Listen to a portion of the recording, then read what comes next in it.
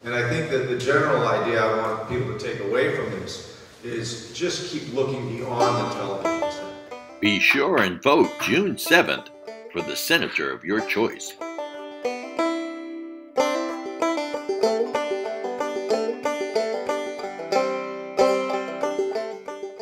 Many candidates showed up in Monterey to be heard. Do you know who's running for senator of your great state?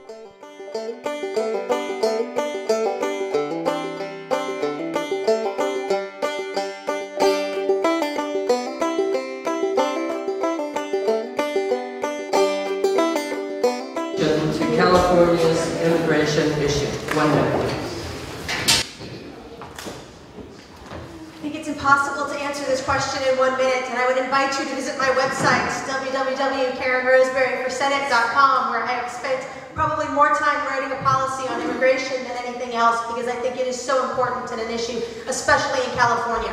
But I will hit the 3 main points. Any immigration policy has to make sure that rule of law is actually enforced. The reason why we're having the issues that we have is because there have been violations of rule of law that are allowed to go unchecked, and that must be addressed. We need to instill values of our nation in anyone that comes into this country, and when individuals come into the country illegally, that already undermines the value system of rule of law. We need to ensure that individuals that are coming into the country are not being taken advantage of by an employment system that will employ them without actually giving them good rates, good wages, good care, and that happens when we have employers that will actually employ illegal aliens, and that needs to be cracked down upon. It can be done through things like E-Verify, where we actually ensure that employers are hiring citizens or those here legally, not those here illegally. And finally, we do need to deal with a degree of national security and border security. I've had the opportunity to travel in Israel. They have some of the best border security around. They have mostly a double razor wire fence and a vigilant citizenry, a wall in a few small select areas, and that would be a pattern that I would think would work very well along mostly our southern border, but in other places where illegal aliens have crossed it. My ancestors came over in 1620 in North Carolina, and they came here. We didn't have LSA at that time. So from 1600, 1700, 1800, 1900, and 2000, well 1900, 2000, people came in through Ellis Island, which we were checked for diseases and find out who they were. If they were good character, could come to the United States. We have definitely an illegal alien problem. We've only been people who come to this country for probably the last 40, maybe 50 years illegally across the border. Not just Hispanics, but everybody from other countries.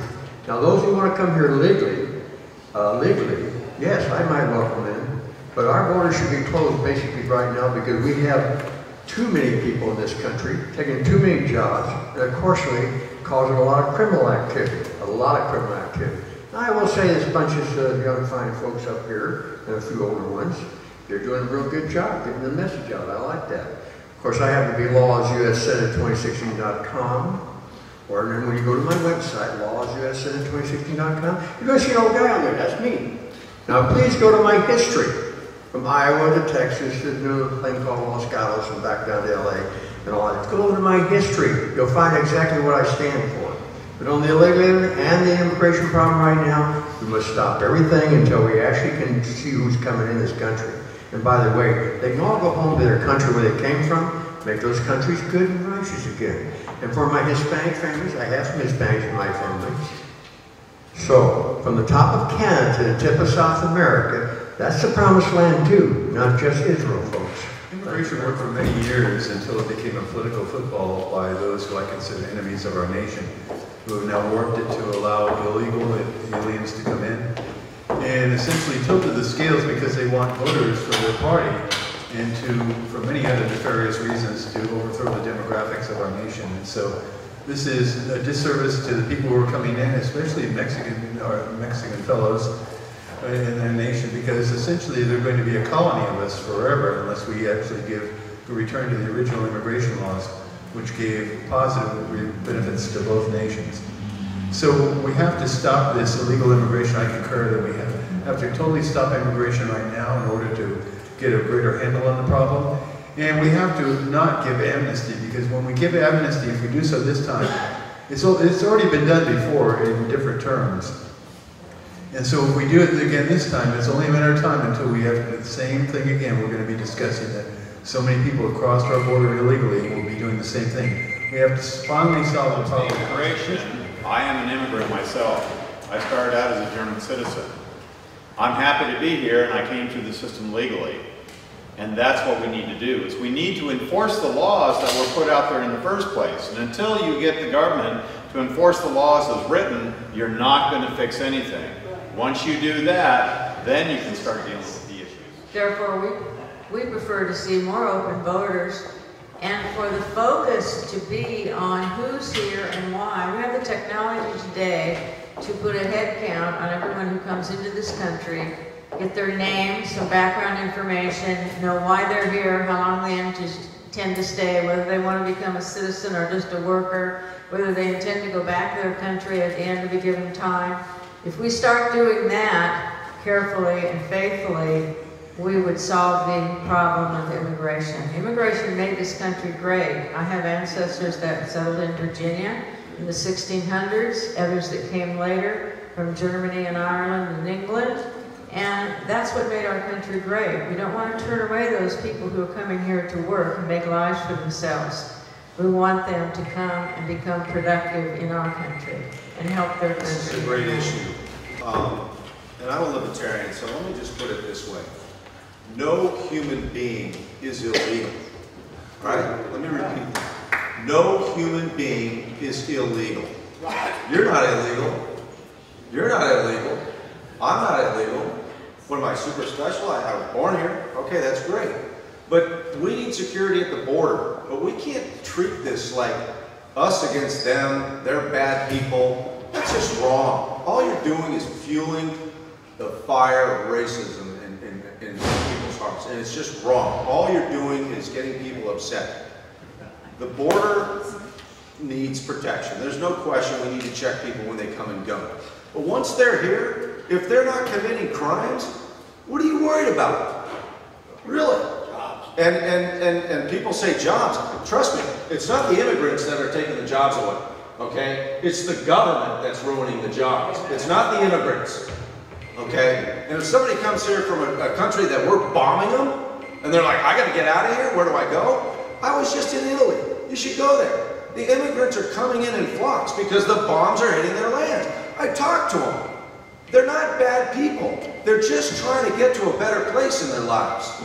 So I believe after 10 years, if somebody's been here perfectly legally, and shoot me if you hate my guts for this, I believe in amnesty. I think Reagan got it right when he gave them amnesty.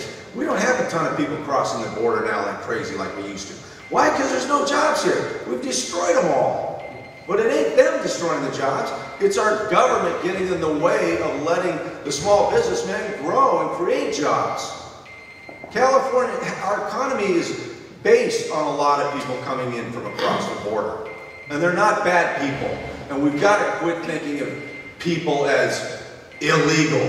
No human being is illegal. In 1492, Columbus came over here and he saw this beautiful land and he said, oh my God, we can just really make a lot of money destroying this stuff. And they said, here came a bunch of English guys, dislocated aristocracy, and they said, now we're going to set up a whole bunch of rules and regulations, and everybody is going to have to go by it. And we're going to rip those people off for every single thing we can. We're going to make them pay for their cars the rest of their life, their land the rest of their life, their job the rest of their life. I suggest that in 1492 there were already Mexicans here. And I suggest that they have a right to be here. And I suggest that what we should concentrate on instead of keeping people out of this land is fighting against poverty and unemployment and imprisonment and treating people like they were not even human beings when we could spend our money on saving everybody's life in this world. So we are a nation of immigrants. Everyone here is an immigrant or has someone in their family ancestry who's an immigrant, except for those Native Americans and those who were brought over here on slave ships. So we are all a nation of immigrants. We must respect the human struggle to improve their life and the fact that Our main, here in California, our main source of immigrants is from across the Mexican border. For most recent memory, we have actually let that border completely open. And until we actually shut the border down, everyone who has come over that border has tried their best to build a life here, and they deserve to be here as long as they are not criminals or in other ways, unless they're criminals. So with that, we need guest worker programs part. We need to shut the border so that we have a border in the future, but people can come over here as guest workers or as immigrants, and we need to improve our immigration policy and the processing of our immigration applications to expedite those as well. This is an important issue. We cannot be breaking apart families who come here, and we need to immigration reform, and we need to. My great uncle Crazy Horse would say that the other 7/8 of me are all immigrants. But I have to agree, actually, with these three folks and everything that they all said. We have to have compassion.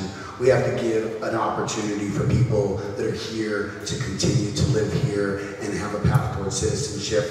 But I will also say that Karen made a good point. There's no way that we can have this conversation in under 1 minute. So I hope that you go to Emory Rogers for USSenate.com and we can have this discussion for a year, which is probably what it would take. And by the way, if you look at the statistics, nobody's coming across the border. They haven't been since our recession started. They get a visa, they come here perfectly legally, and then they just stay. So go to Emory Rogers for USSenate.com and we'll have this discussion as long as you guys want. And that leads to the ultimate of where they're heading, which is the legalization of pedophilia. And I learned that many years ago when I filmed what was called NAMBLA in the San Francisco Pride Parades, a national organization of child molesters. Second of all, we have to stop the racism of Planned Parenthood, which has, again, killed more blacks than anyone else. But it is legalized by our government because our government and many of our citizens and political parties agree with that agenda to keep the black citizens of the plantation of our nation. The plantation masters of our nation have decided to provide a genocidal attack against the black community. This is what Planned Parenthood, whose founder said that black people were human weeds. That's not my words, that's her words. In her own writings, she declared them as human weeds. This racism needs to be stopped. And lastly, we need to go back to true science, not social engineering science that says the seas are rising, your dog is going to get more fleas, you're going to get more constipation and diarrhea all at the same time unless we stop so-called global warming. It is not occurring, but this is again a national social engineering program to crush us into being compliant drones who will give up our freedoms, especially our economic freedoms, to the superior people who control us. They consider themselves superior. The plantation masters of our nation who control us and will enslave us by shutting down industry, not only here but around the world, because they've decided that we are slaves and they're going to be our permanent masters. Don Grundman for U.S. Senate Constitution Party to stop being the enslavement of America and social engineering. Well, as you've all heard, there have been a lot of different subjects, a lot of different things discussed. But the reality is, as we all know, our politicians are working hand in hand with the corporations. It is the big money that is running our political system. It is not the people. And until you fix this issue, none of the other issues will be dealt with. That's why our immigration is broken, because each party has a different concept of what they want out of that system. But it's not reflecting what we, the people, want or what is in our best interest. If you really want to fix all these issues, if you really want immigration to work, if you really want education to work, you need Washington to work. And I do not see that happening at all. I see them catering to the corporations and to the special interest. I think we all see this. We need to get the money out of politics. That boils down to campaign finance reform. That boils down to the American people engaging with their leaders and getting out and voting and spending your money where it matters. So until we fix the problem, which is our own federal government that is not paying attention to our own laws, they're not enforcing them. They're enforcing them as they see fit in whatever area or whatever benefits the corporations. This is wrong. I truly believe that if we will get our voice to Washington and bring common sense back to Washington, we can then fix all the rest of the problems that we've been addressing up here, every single one.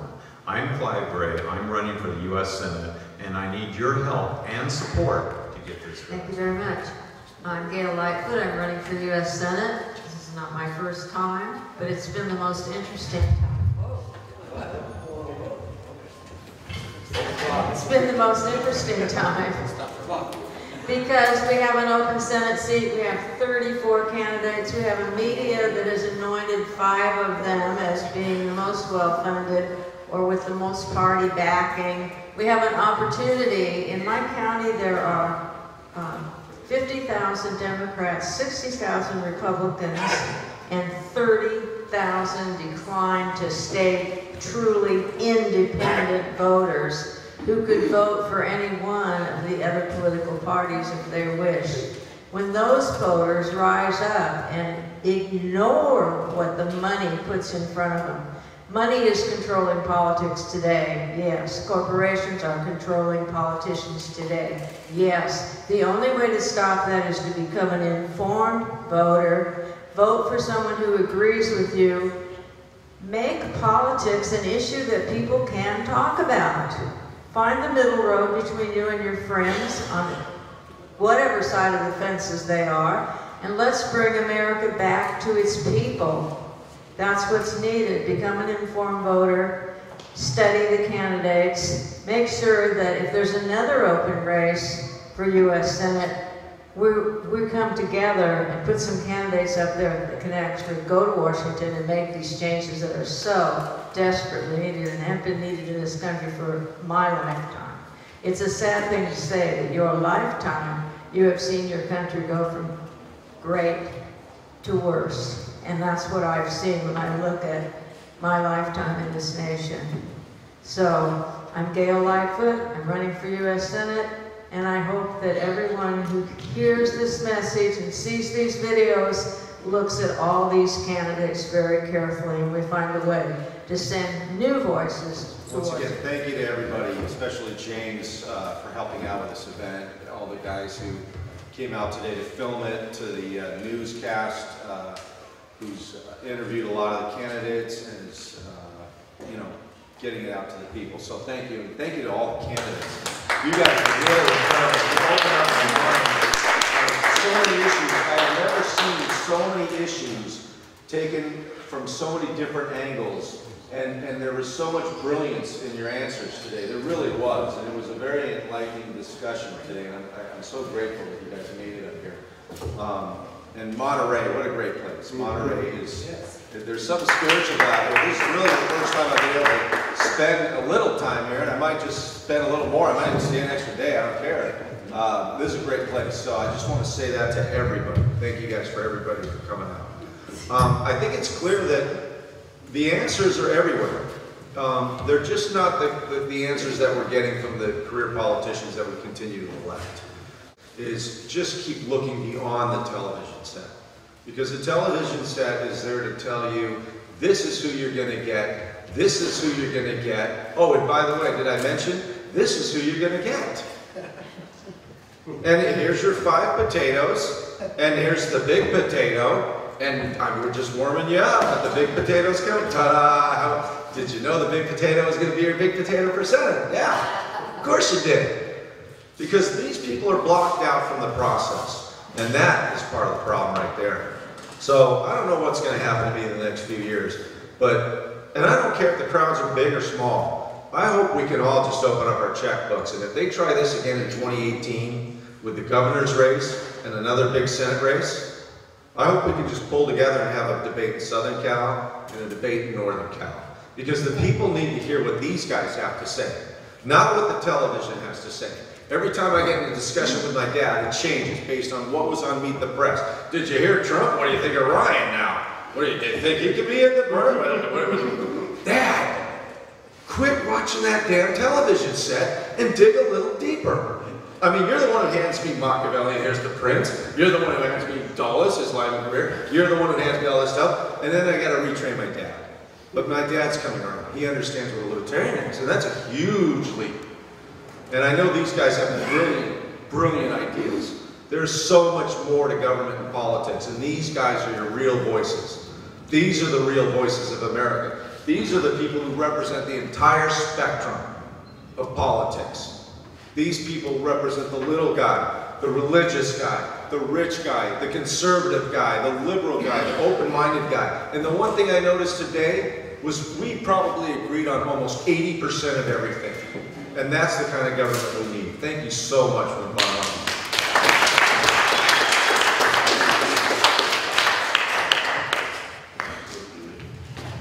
My name is Pam Elizondo. I'm running for U.S. Senate. I have 5 simple changes to save the earth and its inhabitants. They're available on the backpacks and the hand cans and my platform in the back. So I wish everyone would take one and check them out because they're very important, and if we just put them into effect, we literally could stop global warming and the need for war. When they say that there's no global warming, I have been studying the water situation in northern Sacramento. The Sacramento River feeds the Shasta Lake, which was down to about 1/8 of its capacity just last year. If you check all of the dams to the north, to the south of Shasta Lake, you will find that they all feed the same canal that runs straight down to San Diego and feeds most of the water to LA and San Diego. They had more tourists in Shasta Lake checking out the fact that the Sacramento River was not running into Shasta Lake a year before last. Now, when this water is gone, there's going to be a heck of a lot more for everybody in this whole world to think about than pumping war into across the country, because it's going to be mass genocide when this water is gone, and nobody is even thinking about it. My last campaign in 2014, I suggested that they outlaw watering the agriculture just from 9 to 10 o'clock in the night, and root water only. And our government wouldn't do that.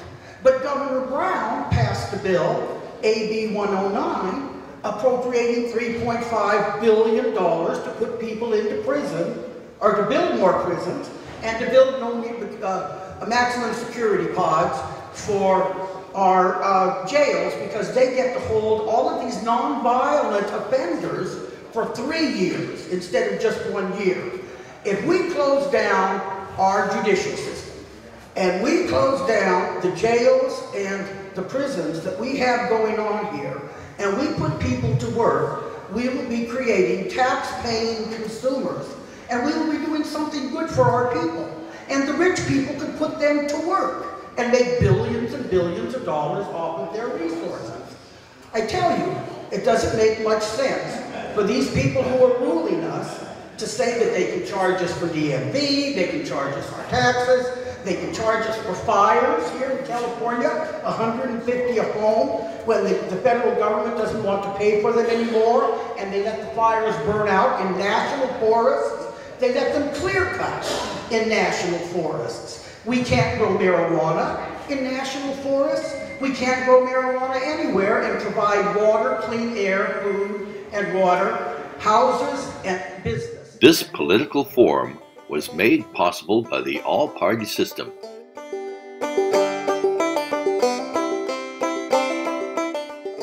This production was a volunteer effort by Lesage Productions in association with the Monterey County Producers Club.